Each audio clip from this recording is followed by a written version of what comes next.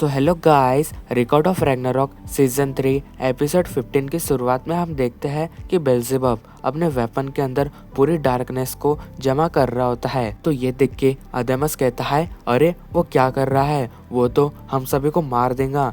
तो स्पीचुस कहता है, इस टेक्निक के बारे में तो मुझे भी नहीं पता है, लेकिन हैदस ने इस टेक्निक को हेलहाइम में बैन करा दिया था। फिर तभी हम देखते हैं कि टेस्ला बेल्जेबब को एक जोरदार पंच मारता है, मगर उससे बेल्जेबब को कुछ भी नहीं होता है। वो अभी भी उस स्कल ऑफ अफोमियस को पूरे डार्क पावर से चार्ज कर रहा होता है। बेल्जेबब के एक हाथ में ऑफेंस होता है और दूसरे हाथ में डिफेंस, और जब वो उन दोनों ताकत को एक साथ करता है तो वहाँ पे तबाही मच जाती है। पर तभी वहाँ पे एक बहुत ही ईवल सी आवाज गूंजने लगती है, जिसे सुन के सब अपने कानों को बंद कर लेते हैं। तो वही ये देख के टेस्ला कहता है, मुझे ये सही नहीं लग रहा है। पर तभी ज़्यूस चिल्लाते हुए कहता है, ओए ये तुम मत करो, तुम ऐसा मत करो। पर बेल्जेबब को इस सब से कुछ भी फर्क नहीं पड़ता है और वो कहता है, मैं सब कुछ खत्म कर दूंगा। और उसकी ये कहते ही हम देखते हैं कि उस पूरी जगह पे प्योर डार्कनेस फैल जाती है। वहाँ पे एक बहुत ही बड़ा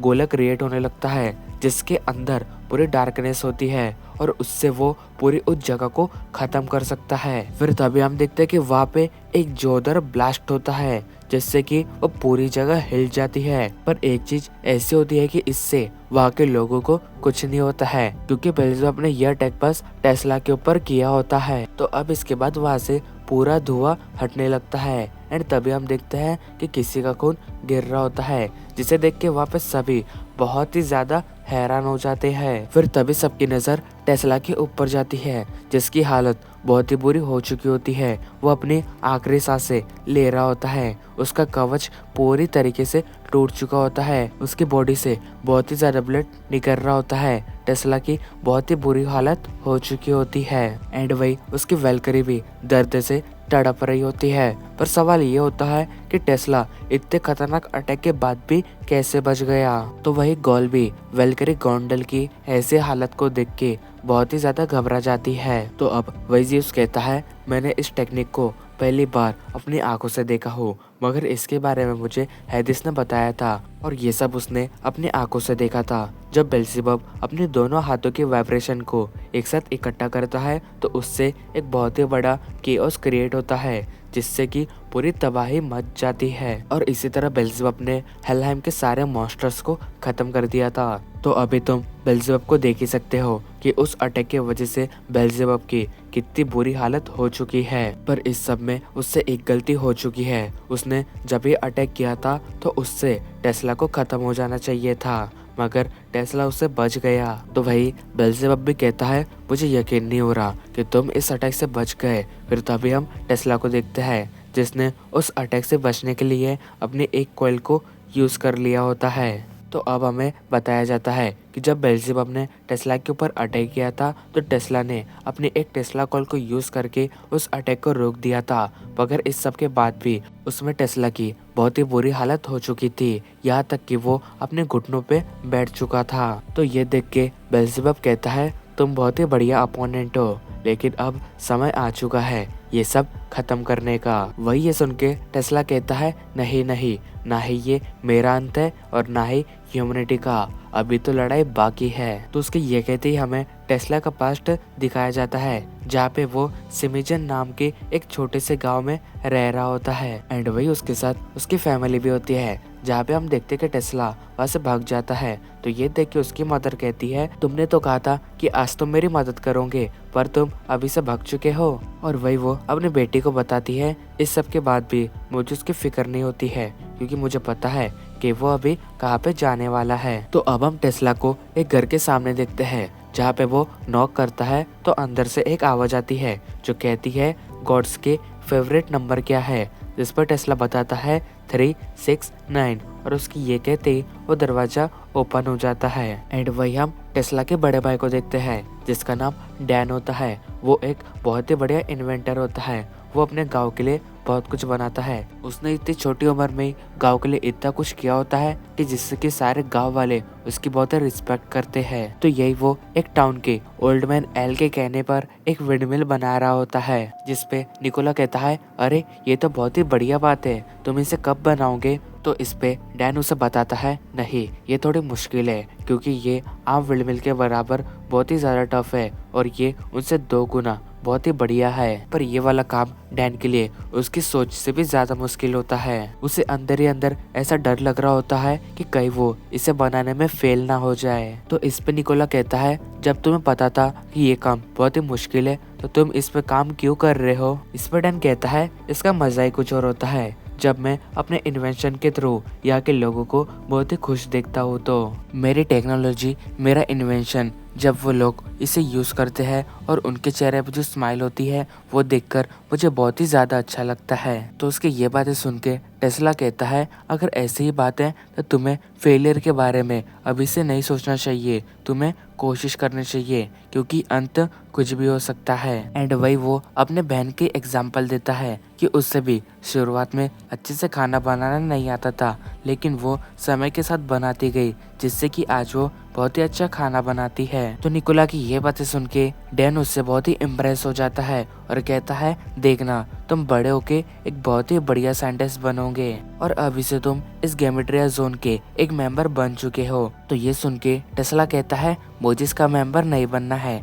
मुझे ये नाम बिल्कुल भी पसंद नहीं है। वही ये सुन के डैन कहता है अरे कितना बढ़िया नाम है, इसे हम गॉड्स का प्रिजन भी कह सकते हैं। पर इस पे निकोला मना कर देता है और बताता है मेरे पास एक अच्छा सा नाम है, हाइपर गॉड हाउस, ये कैसा रहेगा। तो उसकी ये बातें सुन के डैन उसे प्यार से देख रहा होता है पर ये खुशियाँ कुछ समय की होती है क्योंकि उसके बाद वहाँ पे एक बहुत ही बड़ा तूफान आया होता है और उस दिन निकोला के फादर और मदर कहीं पे गए हुए होते हैं एंड वही डैन अपने विंडमिल को चेक करने के लिए उसके पास जा रहा होता है। पर देखते ही देखते बहुत समय बीत जाता है और डैन वापस नहीं आता है। तो ये देख के निकोला टेस्ला उसे देखने के लिए उस काली रात में अकेले ही उस घर के पास जा रहा होता है। पर जैसे ही वो उस घर के पास पहुंचता है तो वो देखता है कि डैन की बॉडी नीचे पड़ी हुई होती है, उसके ऊपर बिजली गिरी हुई होती है जिससे कि वो वहीं पे ही मर चुका होता है। तो ये देख के इतने बारिश में भी निकोला के आंखों से आंसू टपक रहे होते हैं और उस दिन के बाद से उस विंडमिल का काम भी रुक जाता है। तो वही एक पर्सन जिसका नाम एल होता है वो कहता है इसमें पूरी मेरी गलती है, अगर मैं उसे वो काम देता ही नहीं तो इससे उसकी मौत नहीं होती। तो उसकी ये बातें सुन के निकोला कहता है इसमें आपकी कोई गलती नहीं है, तो प्लीज आप खुद को दोष मत दो, मेरा भाई अभी भी जिंदा है, वो मेरे अंदर अभी भी जिंदा है। तो निकोला की ये बातें सुन के वहाँ पे सभी का दिल पिघल जाता है। तो अब 5 सालों के बाद निकोला फिर से उस काम को शुरू कर देता है। वो अपने भाई के ब्लूप्रिंट के हिसाब से उस विंडमिल को फिर से बना देता है मगर तभी भी वो काम नहीं करती है, जो देख के वो विलेज वाले बहुत ही निराश हो जाते हैं और वो वहाँ से जाने लगते हैं। फिर देखते ही देखते वो सभी डैन को भूलने लगते हैं एंड ये निकोला को पसंद नहीं आता क्योंकि वो ऐसा चाहता था कि उसके भाई को हमेशा सब याद रखे, उसे कोई ना भूले। फिर वो खुद को उसी घर के अंदर 6 सालों के लिए बंद कर देता है। तो अब निकोला 11 साल का हो चुका होता है और उसने फाइनली उस विंडमिल को बना दिया होता है जो कि बहुत ही अच्छे से वर्क कर रही होती है एंड उसे देख के सभी को उसके भाई डैन की याद आ रही होती है। अब वह सभी लोग निकोला के अंदर उसके भाई की झलक को देखते हैं एंड वही निकोला कहता है मैंने कहा था कि मैं ये कर लूंगा, डैन अभी भी मरा नहीं है, वो मेरे अंदर जिंदा है, उसकी साइंस और उसका नॉलेज अभी भी मेरे साथ है, मैं उसके दम पे बहुत कुछ कर सकता हूँ। तो उस दिन के बाद से निकोला ने अपनी पूरी जिंदगी साइंस के लिए दे दिया। उसने ऐसे ऐसे इन्वेंशन किए जिससे कि ह्यूमंस को उसमें बहुत ही ज्यादा मुनाफा हुआ। निकोला अपनी आखिरी सांस तक लोगों के बारे में ही सोचता रहा कि कैसे वो उन्हें नई नई चीजें प्रोवाइड कर सके। निकोला बस यही चाहता था कि साइंस हमेशा आगे बढ़ते रहे और मरने के बाद भी वो साइंस को आगे बढ़ाते जा रहा है। तो अब वही हम देखते हैं कि टेस्ला बहुत कोशिश करके अपने पैरों पे खड़ा हो रहा होता है, जो देख के वहाँ पे सभी की आंखों में आंसू आ जाते हैं एंड वही हम डैन को देखते हैं जो कहता है निकोला उठो मेरे भाई, तुम इस लड़ाई को जीत सकते हो। तो उनकी ये बातें सुन के टेस्ला फिर से उठ जाता है और कहता है जब तक मेरे लोग और मेरी साइंस मेरे साथ है तो तब तक मैं नहीं हार सकता हूँ। तो ये देख के वहाँ पे सभी लोग टेस्ला को चीयर अप कर रहे होते हैं एंड वही वो कहते हैं तुम जीत सकते हो, तुम इस लड़ाई को नहीं हार सकते हो, हम सब तुम्हारे साथ है। एंड वही टेस्ला अपने वेलकरी से पूछता है, तो क्या तुम अपने पूरी पावर देने के लिए मुझे तैयार हो? जिस पे वो हाँ कह देती है। तो वेलकरी गोंडल के ये कहते ही वो अपने पूरे पावर को चार्ज कर लेता है और फिर से वहाँ पे एक गेमेट्रियल केज बना देता है। एंड वही वो बेल्जेबब से कहता है, तो चलो फिर से शुरू करते हैं। और इसी के साथ हमारा ये एपिसोड एंड होता है। Thank you so much for watching my video.